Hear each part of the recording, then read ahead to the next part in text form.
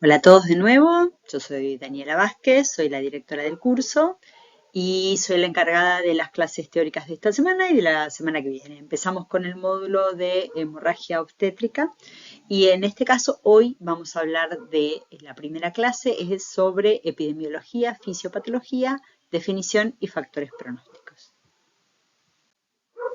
Este es el temario de esta clase y empezamos por epidemiología. Bueno, cuando nosotros miramos qué pasa en el mundo, por qué se mueren las mujeres embarazadas o puérperas, algo por supuesto que ya vieron en el módulo anterior, en el cual ustedes ya aprendieron que en 2/3 de los casos de muertes maternas se trata de muertes maternas obstétricas directas, ¿no? Y dentro de estas muertes directas, ustedes fíjense que la causa principal de muerte materna en el mundo, con 27% de las muertes, es la hemorragia obstétrica. Cuando miramos qué pasa con las causas de mortalidad materna en América Latina específicamente, bueno, esto se repite.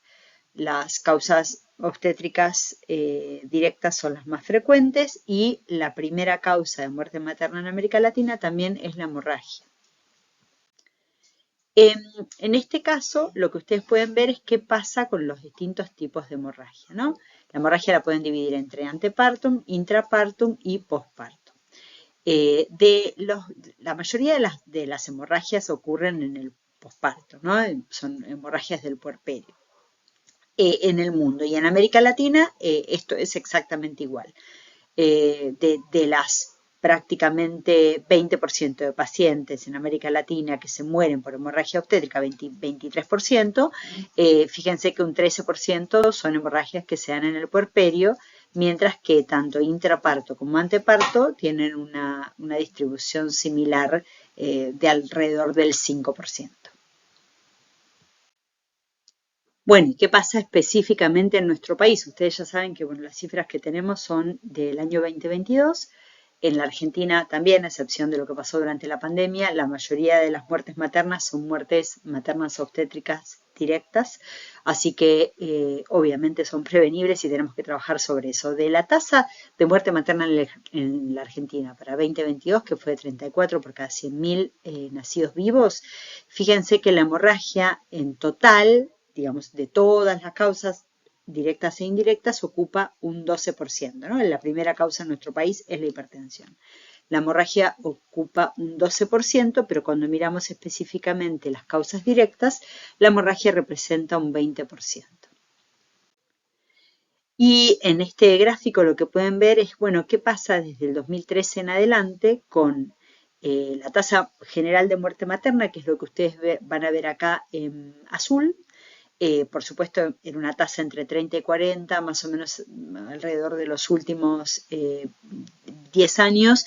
Fíjense que obviamente con una gran tasa de muerte materna en el 2021, producto de la pandemia del COVID, y con una caída a niveles similares a los previos. ¿Y qué pasa con las muertes por hemorragia, que es lo que ustedes van a ver en rojo? Fíjense que van como serrucho, ¿no? Por arriba y por abajo de relación al porcentaje, pero siempre están más o menos por ahí, ¿no? Depende del año, entre un 6 y un 14% de las muertes maternas totales se deben a hemorragia. Bueno, en este estudio, que ya tiene varios años, es un estudio retrospectivo que nosotros hicimos en el año 2007 en un hospital de agudos, un hospital grande en la provincia de Buenos Aires, de todas las pacientes que entraron a la terapia intensiva, embarazadas o puérperas. La tercera causa de ingreso fue la hemorragia posparto. Las mujeres tenían un promedio de 33 años, fíjense que tenían un Apache de 13. De estas mujeres, una paciente falleció, que representaba el 4% del total. Y bueno, casi la mitad habían tenido alguna falla orgánica porque eran mujeres que habían estado severamente comprometidas. Entonces, nosotros podemos decir, bueno, sí, está bien, estábamos refiriéndonos a un hospital público, ¿no? Nosotros sabemos que tenemos un sistema de salud que es bastante inequitativo y que tenemos dos sectores o dos subsectores de salud, que son el sector público y el privado.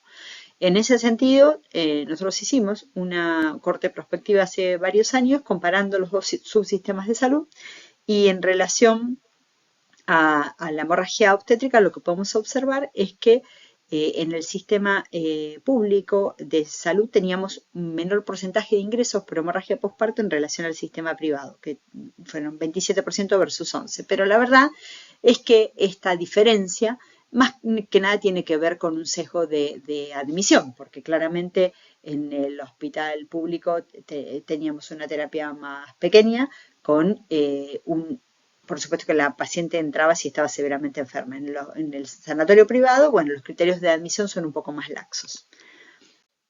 Y finalmente, en el año 2012, nosotros hicimos un estudio prospectivo a lo largo y a lo ancho del país, 20 unidades de terapia intensiva en todo el país, en el sistema público, en el sistema privado.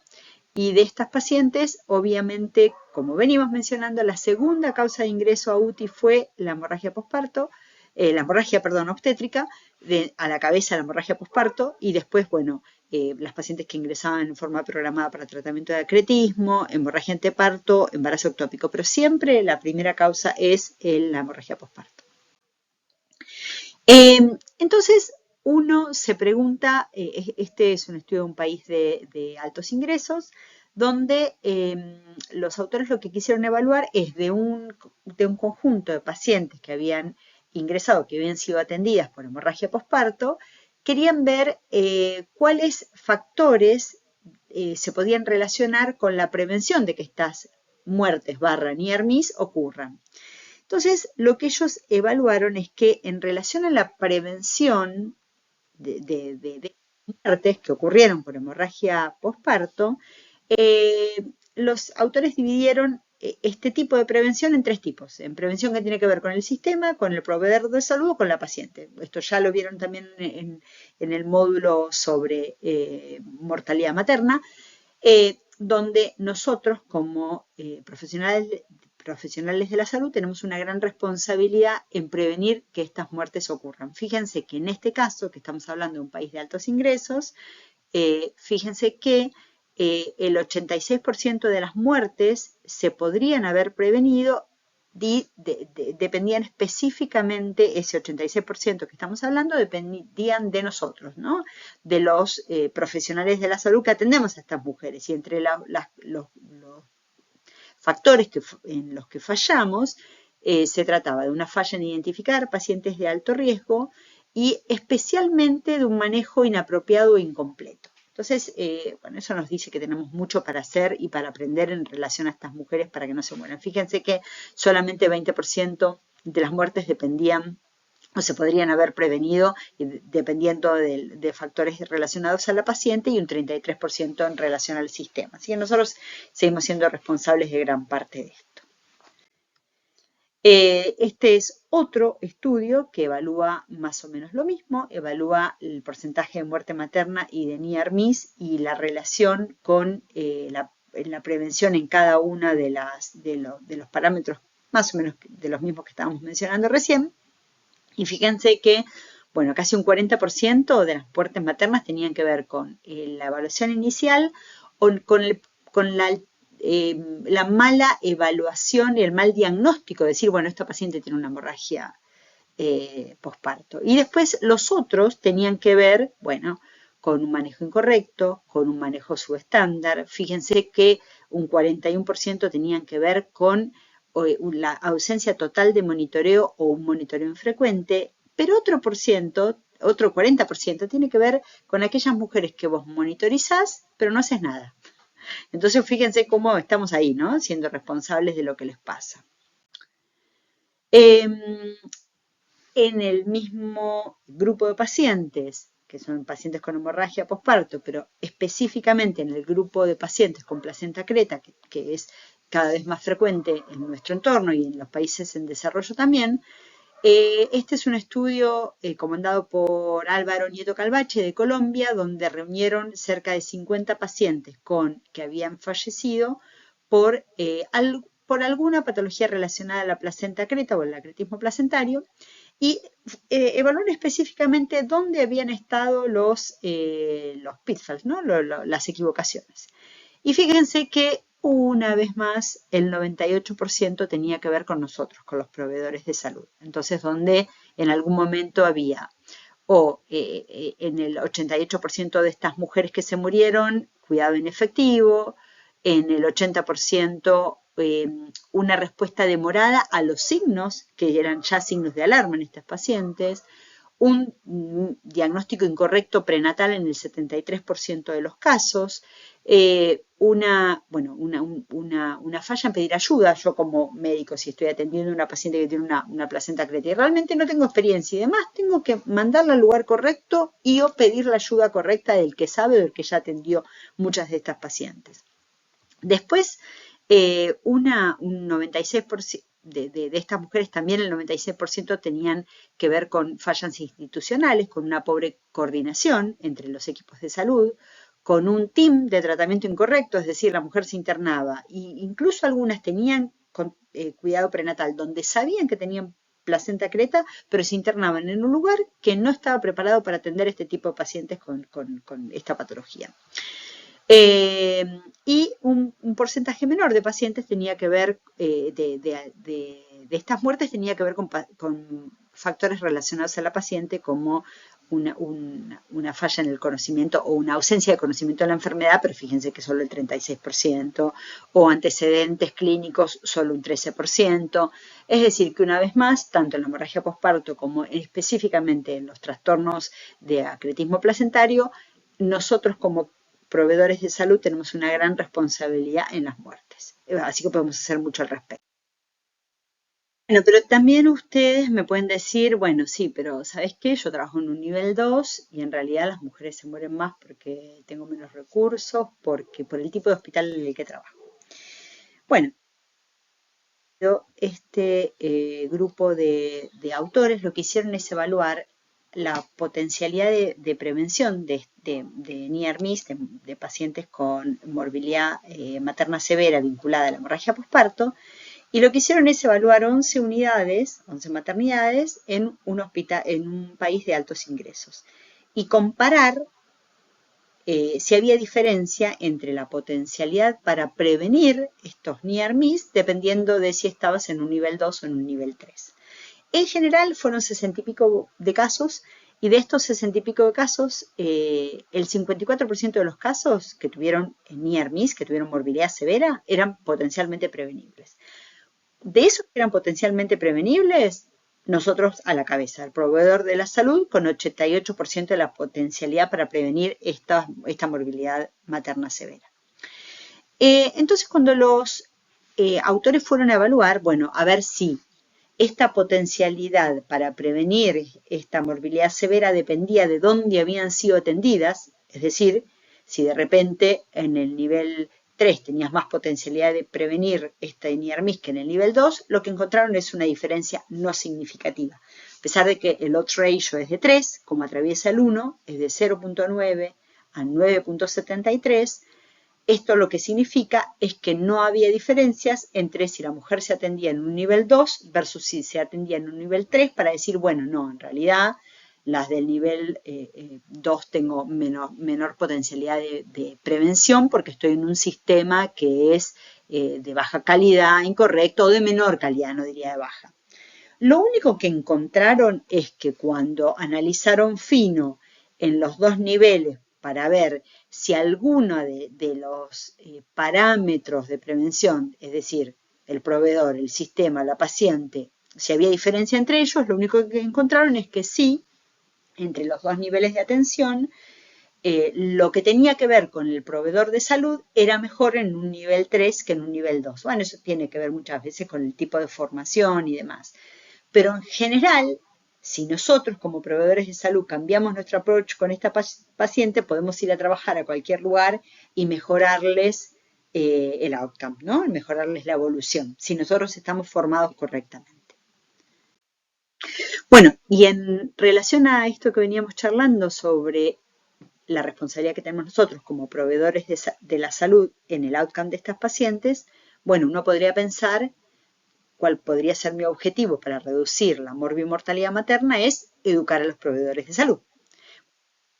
Estos autores, comandados por el TABE, y en el grupo está Belizam, que son ambos argentinos, lo que hicieron es idear un trabajo randomizado controlado donde una rama hacía cuidado estándar, lo que habitualmente hacen con todas las pacientes, y la otra rama hacía una intervención multifacética donde tenía que ver mucho con educación en hemorragia posparto y en los factores asociados a disminución de la hemorragia posparto y de la morbilidad vinculado a esto, como por ejemplo el uso de la reducción del uso de episiotomía, el aumento del uso de oxitocina en el manejo activo del tercer tiempo del parto, la tracción controlada del cordón, etc. Pero lo importante era que era una estrategia meramente educativa. Entonces, donde se hacía formación, se generaban unas guías, se evaluaba cómo había aprendido los conocimientos, pero fíjense que ellos lo que vieron en ambos grupos, en el grupo de intervención, vieron cómo con esta estrategia que era meramente educativa,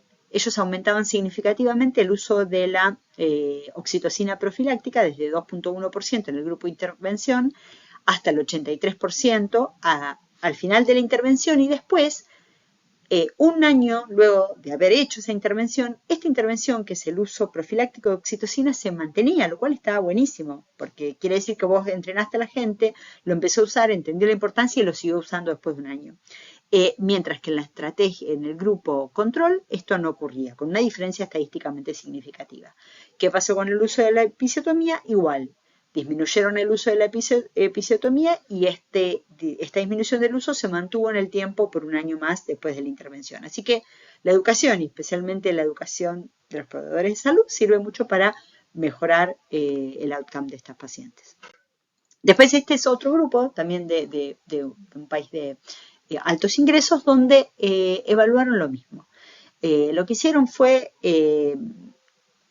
digamos, formar a los profesionales en manejo activo del tercer tiempo del parto, reconocimiento temprano del sangrado y tratamiento oportuno y adecuado. Y recalcaban la importancia de pensar en la posibilidad de que ocurra el sangrado, y solamente con una estrategia que tuvo que ver con la enseñanza, con la educación de los proveedores de salud, también mejoraron mucho el outcome materno. Bueno, ahora vamos a pasar a la fisiopatología de la hemorragia posparto. Ustedes saben, especialmente los obstetras, por ahí los terapistas no lo tenemos tan claro, que el flujo sanguíneo uterino al final del embarazo es de entre 500 y 700 mililitros por minuto. Entonces, si nosotros pensamos que una mujer al final del embarazo tiene entre 5.000 y 7.000 mililitros, es decir, entre 5 y 7 litros de gasto cardíaco, una mujer con una atonía uterina se puede morir en 10 minutos. Por eso la importancia de actuar muy rápidamente. Y esto tiene que ver con que cuando, bueno, como está en esta figura, la arteria uterina, bueno, es la principal arteria en relación a la nutrición de esta placenta y de este bebé, y estas ramas que ustedes ven acá, tanto las ramas radiales como las arterias rectas, una vez que la placenta se separa del útero, obviamente que si no existiera el mecanismo de contracción uterina, que es el mecanismo hemostático más importante que tiene la mujer, esas arterias serían caños abiertos perdiendo sangre. Y eso es lo que pasa cuando una paciente tiene atonía uterina, porque el mecanismo más eficiente es ese, el útero se contrae y cierra esas arterias. Listo. Cuando eso no ocurre, bueno, una mujer se puede morir en 10 minutos. ¿Cómo se prepara esta mujer para el parto? En general, bueno, hay una de las cuestiones más importantes que ocurren para esta mujer, es un aumento del gasto cardíaco, que no solo va a ser para atender las demandas del bebé, sino también va a ser para que esta mamá tenga una cantidad de sangre, un gasto cardíaco que sea más alto y que le permita afrontar la pérdida que se tiene habitualmente en un parto. Y por otro lado también, bueno, este aumento del gasto cardíaco es al final del embarazo, puede llegar a estar entre el 50%, ¿no? Un 50% más del basal. Pero también, como mencionamos, existe la contracción uterina, que es el mecanismo hemostático por excelencia, el más importante. También existe un aumento de los factores protrombóticos y también existe una disminución de la fibrinolisis. Todo eso genera el mecanismo perfecto para que una mujer pueda tener su bebé, contrae el útero y tiene más fibrinógeno, bueno, cuestiones que vamos a ver, y que pierda la menor cantidad de sangre posible.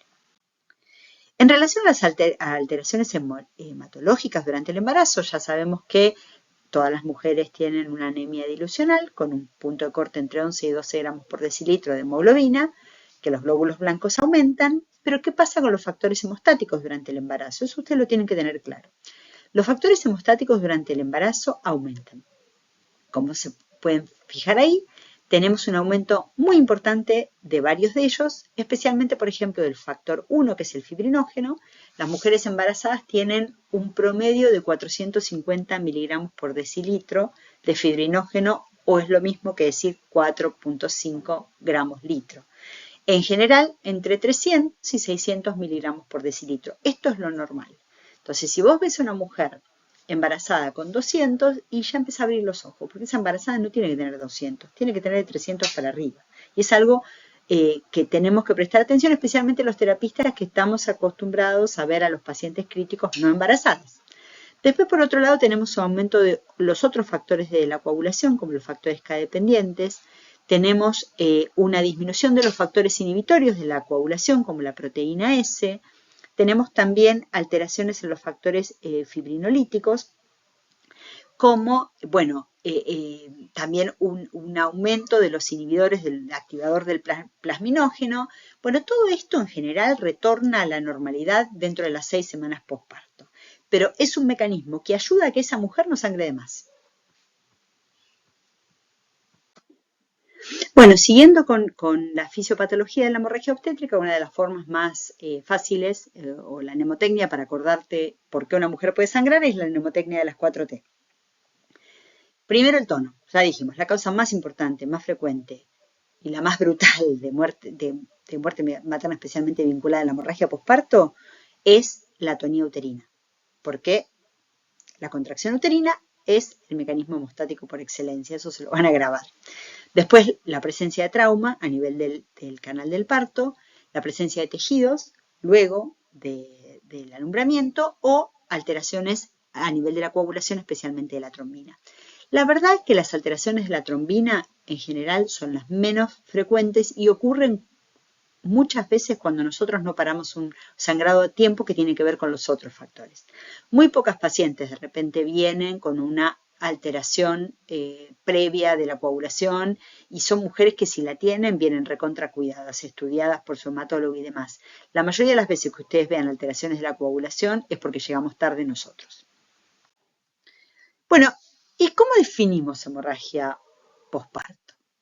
Hemorragia en general, hemorragia obstétrica, la podemos dividir en la hemorragia que ocurre durante parto, en la posparto primaria y la secundaria. La posparto primaria es en las primeras 24 horas posparto y la secundaria desde el día 1 hasta las 6 semanas posparto, que es lo que dura el puerperio. Pero claramente la más frecuente es la hemorragia posparto. Por eso me van a escuchar un montón de veces decir, en vez de hemorragia obstétrica, hemorragia posparto, porque es la más frecuente. Y el tema es, bueno, ¿cómo definimos esa hemorragia posparto? Fíjense que les copio la tabla de un artículo porque es muy ilustrativa de cómo cada sociedad toma la definición que le parece más correcta. La definición tradicional dice, bueno, que es la que dice la OMS, más de 500 mililitros de pérdida después de un parto vaginal o más de 1 litro de pérdida después de una cesárea. El tema es que estas dos definiciones están bastante cerca de lo fisiológico, entonces es difícil decir cuándo estoy ahí o cuándo en realidad ya me pasé y la paciente tiene una hemorragia. Después, los australianos, por ejemplo, dicen, bueno, una pérdida de más de 500 después de un parto vaginal o más de 750 después de una cesárea. El Royal College también, diferentes tipos de definiciones. La COG en 2017 dice, bueno, no, una pérdida que sea de más de 1 litro o que esté acompañada de signos o síntomas de hipovolemia. Y también hay bastante controversia en relación a, más que controversia, cada uno toma lo que quiere, en relación a cómo definimos hemorragia posparto severa. Entonces, algunos te dicen, cuando tenés que transfundir más de 4 unidades de sangre, cuando se pierde el 50% del volumen circulante en menos de 3 horas, cuando se pierde más de 150 mililitros por minuto en 20 minutos, cuando hay una caída de la hemoglobina periparto en más de 4 miligramos por decilitro, está bien. Así que la verdad es que cada uno tiene una definición diferente. Por eso, cada vez que ustedes vayan a leer un artículo, vayan a materiales y métodos y fíjense, bueno, a ver cómo definieron hemorragia posparto o cómo definieron hemorragia posparto severa, porque cada uno va a tomar su propia definición porque no hay una definición estándar. Y en realidad, la mayoría de las veces en el ámbito hospitalario, ¿cómo vas a definir vos hemorragia posparto? Como cualquier sangrado normal en cantidad o en duración luego del parto. Y esto es algo que nos pasa a todos. En general, eso es lo que a vos te va a llamar la atención. Estás atendiendo un parto y decís, che, este está teniendo más sangre de lo habitual. Y ahí se te va a prender la alerta. Y ahí vas a empezar a contar gasas y demás, que eso lo vamos a ver después. Pero esto es lo que ocurre habitualmente. Bueno, ¿y cómo definimos hemorragia masiva? Lo mismo, tenemos el mismo inconveniente. Entonces, algunos lo definen como más de 10 unidades en 24 horas, pero para definir eso ya tenés a la paciente que falleció. Le diste 10 unidades en un día, la pérdida total de la volemia y el reemplazo durante 24 horas, lo mismo, son definiciones retrospectivas. El 50% de la pérdida del volumen sanguíneo total en 3 horas, la transfusión de 4 unidades de sangre en 4 horas en alguien con una hemorragia mayor de más de 150 mililitros por minuto, etc. Fíjense cómo cada uno toma una definición de hemorragia masiva que es diferente, ¿no? Y en esto pasa lo mismo que mencionábamos recién. El que va a decir que la paciente tiene una hemorragia masiva va a ser el proveedor de salud, vamos a ser nosotros. Porque si bien en trauma hay algunos scores que se pueden utilizar para decir, bueno, qué paciente tiene, en hemorragia obstétrica no hay scores que te digan con la total fidelidad que se trata de una hemorragia masiva. La mayoría de las veces va a ser el que está a cargo de la paciente que por la cantidad, por la duración, la masividad de la hemorragia va a decir, por la cuantía en los primeros minutos, va a decir, che, esto es una hemorragia masiva, llama a alguien. Y es quien va a activar el código de hemorragia masiva para activar, por ejemplo, el uso de protocolo de transfusión masiva si es que es necesario. Bueno, ¿y cuáles son los factores de riesgo para hemorragia posparto? Y esta es la última parte de esta clase. Bueno, esto es una evaluación de las guías NICE, del Royal College, que lo que dicen es, bueno, ¿cuáles son los factores más importantes para hemorragia posparto? Y que se pueden dividir de distintas formas. Podés decir, bueno, estos son los que están presentes de antes. Son los que están presentes de antes y se asocian, por ejemplo, con una alta incidencia de hemorragia posparto. ¿Cuáles son? Bueno, la paciente que tiene una abruptio placentae, fíjense que tiene un riesgo estimado de 13, es decir, la probabilidad de sangrar si la paciente tiene una abruptio placentae es 13 veces más que la que no lo tiene. La que sabes que tiene una placenta previa, con un odds ratio de 12, el embarazo múltiple, con un odds ratio de 5, o la presencia de preeclampsia o hipertensión gestacional. Entonces, en estas mujeres, si vos tenés cualquiera de estas, de una paciente que tiene algo de esto, bueno, tiene que atenderse en un hospital de tercer nivel donde tengan todo para poder atenderla. Después tenés otros, los que se asocian también con un riesgo significativo, aunque menor que los que mencionamos recién, que deben tener tenidos en cuenta al momento de definir dónde va a parir esa paciente. Entonces, si la mujer ya tuvo una hemorragia previa, porque eso le aumenta el riesgo 3 veces, si es asiática, si es obesa, le aumenta el riesgo 2 veces, o si tiene anemia. Y después tenés los otros factores de riesgo que no sabías que existían y que de repente se te aparecen cuando la mujer está en trabajo de parto o en el parto mismo. Y que lo que te dicen es, bueno, a esta mujer ponele un ojo muy cercano en el puerperio porque en realidad puede seguir con sangrado o vigilarla más intraparto porque está sangrando. Entonces, ¿cuáles son esas pacientes? Bueno, de repente la paciente que tiene una cesárea de emergencia, fíjense que el riesgo es 4 veces más que la que, por supuesto, que la que no tiene una cesárea de emergencia. Pero la paciente que tiene una cesárea electiva también tiene 2 veces más riesgo de sangrar que la que tiene un parto vaginal. Entonces, tenemos que pensar en el momento de decidir una cesárea que también le estamos aumentando el riesgo de hemorragia.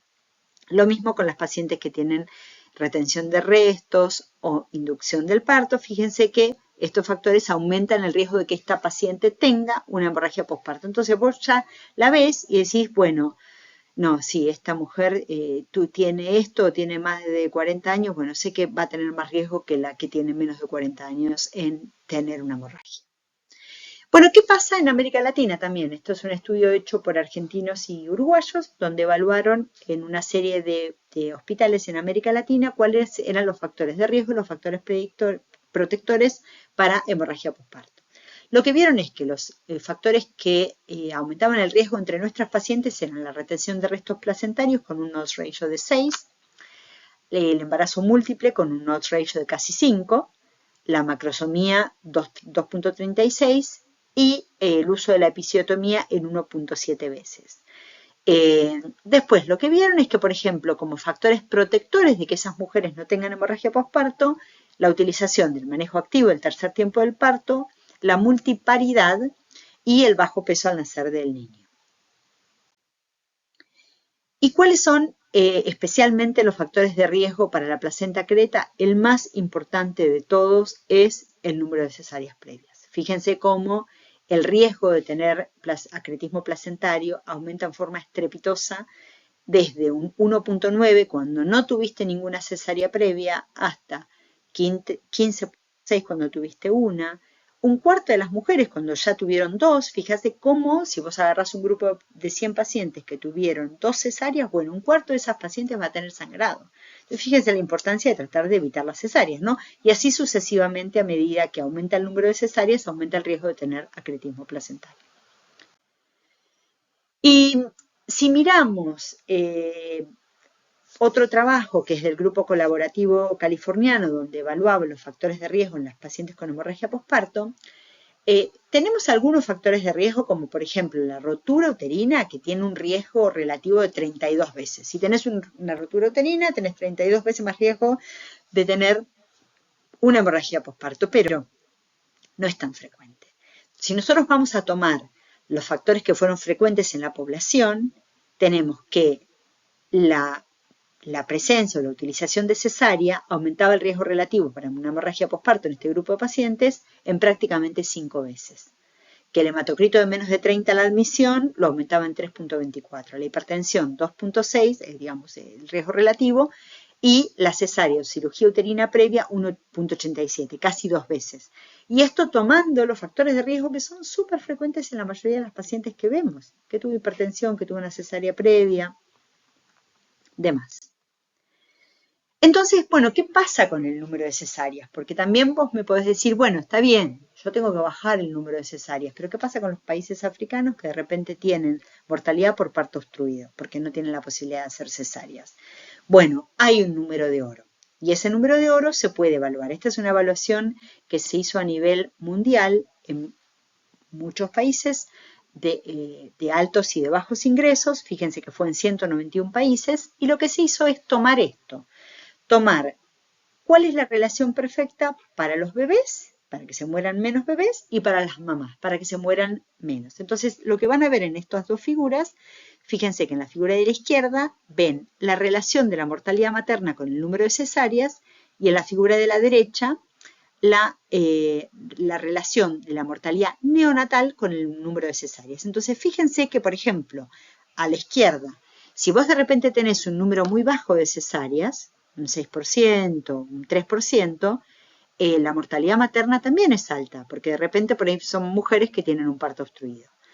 Entonces lo que ellos vieron es que en relación a la mortalidad materna, el mejor número era entre el 10 y el número era el 19%. Lo que dice la OMS es que debería estar entre un 10 y un 15%. Pero en este trabajo lo que les dio es que, bueno, el número que se asociaba a menor mortalidad, después de la cual la mortalidad no seguía descendiendo, era el 19%. El número era muy alto cuando tenían un menor número de cesáreas y después descendía cuando era cerca de 10 y ya pasaba a entrar en una meseta cuando el número de cesáreas era de 19 para arriba.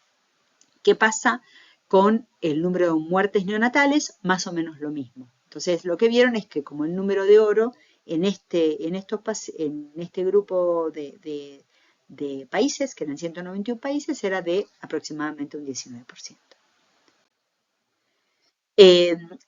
Nosotros participamos de este estudio, entonces lo que podemos ver es, bueno, del número de partos con los cuales participó la Argentina, que fue cerca de 10.000, bueno, a ver, ¿qué indicaciones tuvimos nosotros de cesárea? Nosotros tuvimos 35% de indicación de cesárea. Y de este número de cesáreas, vamos a mirar cuáles son las que realmente tenían indicación. Entonces, las que tenían indicación eran el prolapso del cordón o distrés fetal, 1%. La presencia de hemorragia anteparto, 1%. La presencia de parto obstruido, 8%. La presencia de preeclampsia o eclampsia, 4%. Ahí lo podemos discutir. Nosotros creemos en la Argentina hay un uso excesivo de la cesárea cuando tenés una preeclampsia, por ejemplo, sin rasgos de severidad, donde vos podrías o estarías habilitado para hacer una inducción del parto.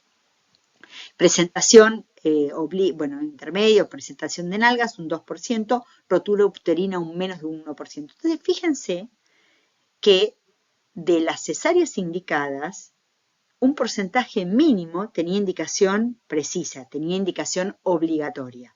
El resto, fíjense que un 13% tenía indicación porque tenía una cesárea previa, que no es una indicación de cesárea absoluta. Tenían una fístula previa reparada, pero un 2% era por pedido de la madre. Entonces, solamente un 16% de las mujeres tenían indicación precisa. El otro 20% de las mujeres que en nuestro país requirieron una cesárea no tenían indicación precisa, se podrían haber evitado. Nosotros estamos bastante lejos de ese 19% que es el número de oro, ¿no? Que se vio en este estudio. Esto es lo que mencionamos recién. Y después tenemos otros factores de riesgo que tienen que ver con los componentes sanguíneos, que de algunos de ellos vamos a ir hablando. ¿Cuáles son estos factores de riesgo? Este es un estudio que no tiene nada que ver con embarazadas, pero es el primero que dijo, a ver, este es un grupo de pacientes que tenían cirugía urológica compleja, que son cirugías que tenían mucho sangrado. Entonces lo que hicieron los autores es evaluar de todos los factores de coagulación que ven ahí, plaquetas, fibrinógeno, protrombina, factor 5 y factor 7, cuál era el primero en caer. Como por decir, bueno, si yo detecto el primero en caer, yo sé que este paciente está sangrando. El primer producto de la coagulación en caer era el fibrinógeno. Cuando se perdían solo 142% de la sangre, digamos, del volumen sanguíneo, ahí ya tenías un descenso significativo del fibrinógeno, mientras que ibas a tener un descenso significativo de la protrombina cuando perdías un 200% del volumen sanguíneo. Este fue el primero, pero como dijimos no tenía nada que ver con la hemorragia obstétrica. Pero este estudio sí, este estudio de Charvit del 2007, lo que evaluó es una serie de factores sanguíneos relacionados con la presencia de hemorragia posparto severa. De todos los que evaluó hematocrito, hemoglobina, tiempo de protrombina y demás, el único factor que fue un predictor independiente de hemorragia posparto severa era el fibrinógeno basal. Pero tenemos que tener el fibrinógeno basal no en cualquier mujer. Este estudio lo que hizo es juntar una serie de mujeres que habían fallado a la primera línea de tratamiento, es decir, que ya habían recibido masaje, habían recibido oxitocina y habían recibido sulprostone que habían fallado, que normalmente son las que nosotros recibimos en UTI. Entonces no es que el uso del fibrinógeno basal en cualquier mujer que pasa por la puerta del hospital te sirve para predecir que va a tener sangrado. Te sirve en este grupo específico de pacientes que ya fallaron a la primera línea. ¿Y cómo? Con un valor predictivo de 100% en las pacientes que tenían un fibrinógeno basal de menos de 2 gramos por litro o menos de 200 miligramos por decilitro. Por eso la importancia de la paciente que vos recibís sangrando, que falló a primera línea, le haces un fibrinógeno basal, porque eso te dice, bueno, esta mujer tiene mucho riesgo de hacer hemorragia posparto severa. Después, este es otro estudio que se dividió en dos partes, que es un estudio también francés, donde los autores incluyeron a una serie de pacientes derivadas de distintos lugares que habían presentado hemorragia posparto y habían fallado a primera línea de tratamiento. Entonces, en la primera parte del estudio lo que hicieron es ver cuáles eran los factores de riesgo asociados a que esas pacientes requirieran un procedimiento invasivo avanzado, que podía ser o embolización, o ligadura, o esterectomía, lo que fuera. Entonces lo que encontraron es que la presencia de anormalidades en la implantación placentaria, un tiempo de protrombina de menos de 50%, una frecuencia cardíaca de más de 115, un fibrinógeno de menos de 2 gramos por litro o menos de 200 miligramos por decilitro, o la presencia de troponina I detectable, eran todos predictores independientes de que esa mujer requiera un procedimiento invasivo avanzado.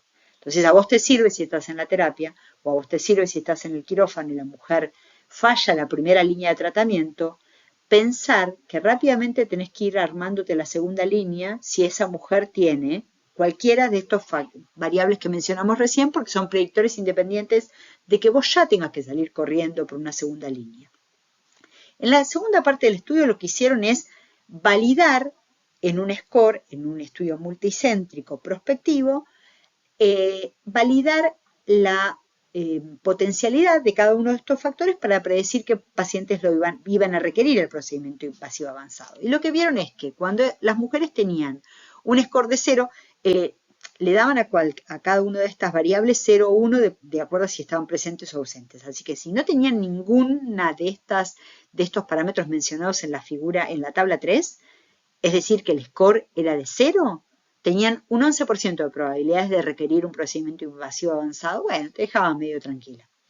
Ahora, si estas pacientes tenían por lo menos una de esas variables mencionadas, ya ese riesgo de requerir un procedimiento invasivo avanzado era de un 39%.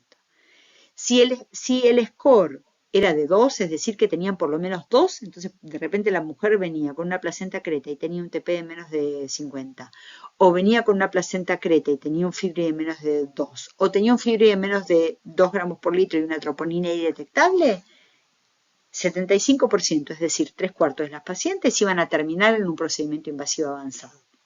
Entonces, a vos también te sirve como información pronóstica de que también tenés que ir armando tu segunda línea de tratamiento. Más allá de que son factores de riesgo para esto, ¿no? Tiene importancia clínica. Y después tenés el resto de los factores que decís, bueno, a ver, ¿cómo se comportan los distintos parámetros de la coagulación durante la hemorragia posparto y cuál me puede servir a mí para decir, che, este ya bajó, uy, los otros están bien, pero este bajó, me parece que esta mujer está sangrando o va a sangrar o va a tener hemorragia posparto severa? Bueno, este es un estudio nacional de holandés donde ellos lo que hicieron es evaluar en una serie de pacientes con hemorragia posparto severa cómo se comportaban los distintos parámetros de la coagulación. Entonces, fíjense que vos tenés en este caso la hemoglobina que empieza a caer desde 10, pero fíjense que un punto que nosotros tomamos como 7 de hemoglobina, bueno, en realidad llegan a menos de 7 de hemoglobina ya con un sangrado como de por lo menos 2 litros, así que bastante, no es algo que caiga rápidamente, lo mismo pasa con el hematocrito. Ahora, ¿qué pasa con las plaquetas? Las plaquetas empiezan a descender desde el primer momento en el que una paciente está sangrando. Entonces ya te tiene que llamar a vos la atención si una paciente de repente entra con 200.000 plaquetas y empieza a sangrar y ya tiene 150, sí, no tiene trombocitopenia todavía, porque tiene menos de 150, pero ya está bajando y entró con 200, esta mujer está consumiendo. Fíjense cómo las plaquetas caen en forma sostenida durante todo el periodo de sangrado desde 1 litro en adelante, ¿no? Ya vos con la presencia de 1,5 litros tenés menos de 150.000 plaquetas en la evaluación. Ahora, cuando vas a mirar qué pasa con el fibrinógeno, fíjense que ya solo con un sangrado de 1,5 litros, ya el fibrinógeno cae a 2, que es un predictor independiente de hemorragia posparto severa y de que esa paciente requiera un procedimiento invasivo avanzado. Y es el primero que cae, es el primero que nos da la noción de que algo está pasando. Bien. Y después los autores también compararon entre las pacientes que les fue bien y las que les fue mal, si había diferencia en cada una de estas variables, en la hemoglobina, el hematocrito, las plaquetas y en el fibrinógeno. Y en los únicos que encontró diferencia fue que como para indicar a qué paciente le iba mal, porque había una diferencia significativa entre las que le iba bien y las que le iba mal, fue en el fibrinógeno y en el KPTT. Fíjense que tanto el fibrinógeno, cuando se perdían por lo menos 1 litro o 1,5 litros, era significativamente diferente entre las que habían tenido buen outcome versus las que habían tenido mal outcome. Lo mismo vemos acá en relación al KPTT, que son los que, que son los que pueden diferenciarnos las pacientes que le va a ir bien de las que les va a ir mal. Bueno, en relación a la asociación del fibrinógeno y la severidad de la hemorragia posparto, bueno, este también es otro estudio donde hacen un análisis secundario y lo que ven es que a menor nivel de fibrinógeno, mayor riesgo de que la paciente tenga una hemorragia posparto severa. Fíjense que con un fibri de menos de 2, el odds ratio era de 12 versus cuando era entre 2 y 3, que el odds ratio era de 1,9. Fíjense, solo con un punto de diferencia aumenta muchísimo el riesgo de que esa mujer tenga una hemorragia posparto severa.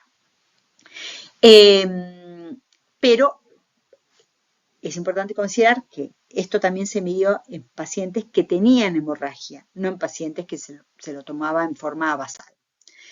Porque, ¿qué pasa? Este grupo de autores dijeron, bueno, si ya que nos sirve el fibrinógeno para ver a qué pacientes con hemorragia van a tener hemorragia posparto severa y cuáles van a necesitar otro procedimiento, ¿qué pasa si le hacemos a todas las mujeres en forma indistinta, le medimos el fibrinógeno y podemos, a ver si este fibrinógeno puede predecir qué mujeres van a tener hemorragia posparto? Bueno, esto no fue así. Cuando ellos midieron el fibrinógeno en cualquier mujer, independientemente de si tenía o no tenía hemorragia, esto no les dio, no brindó una información significativa. Es decir, la conclusión sería, no le tenés que pedir el fibrinógeno a cualquier mujer si no está sangrando. Le vas a pedir a la que está sangrando, a la que falla la primera línea de tratamiento, porque ahí te va a dar una idea de que esa mujer puede sangrar más. En el resto no. Y este es otro trabajo donde lo que evaluaban es la diferencia entre el lactato, el fibrinógeno y en el índice de shock para ver cuáles te iban a predecir qué pacientes iban a requerir transfusión masiva y bueno, solamente el lactato y el fibrinógeno eran predictores. El lactato, a medida que subía, era predictor de qué mujer iba a tener hemorragia posparto masiva y el fibrinógeno al revés. A medida que tenías más fibrinógeno, tenías menos riesgo de hemorragia posparto masiva. Eso era, funcionaba como un factor predictor. Pero el índice de shock no fue un buen predictor porque fíjense que el área bajo la curva era muy bajita, era de 0, prácticamente 0,6. Es como tirar la moneda. Que tengas un índice de shock, eso lo vamos a ver después, pero que tengas un índice de shock positivo o negativo, digamos, no te va a marcar qué mujeres van a necesitar o van a tener hemorragia posparto masiva. En cambio, el nivel de fibrinógeno y el nivel de lactato sí fueron predictores independientes con un área bajo la curva que era mucho mejor. El fibrinógeno cerca de 0,80 y el lactato de 0,73. Bueno, pero lo más importante de todo esto en relación a los factores predictores es algo que ustedes van a decir, ¿y para qué los mencionaste ahora tantos? Es que la mayoría de las mujeres no tienen factores de riesgo para sangrar. Entonces, lo más importante es que estas mujeres nazcan en lugares con CONE, en lugares donde tengan todas las condiciones obstétricas y neonatales esenciales, porque hay un porcentaje de pacientes que, la que tiene el factor de riesgo, la que tuvo una preeclampsia antes, la que tuvo una hemorragia posparto antes, la que de repente tiene un embarazo múltiple, esa vos ya lo sabés, a esa la vas a ir a cuidar y va a ir a parir a un tercer nivel o lo que fuere. Ahora, prácticamente el 70% de las pacientes no tienen factores de riesgo. Entonces no vamos a saber que tienen posibilidades de sangrar, lo vamos a saber una vez que estamos ahí en la sala de partos. Así que lo importante es estar preparados.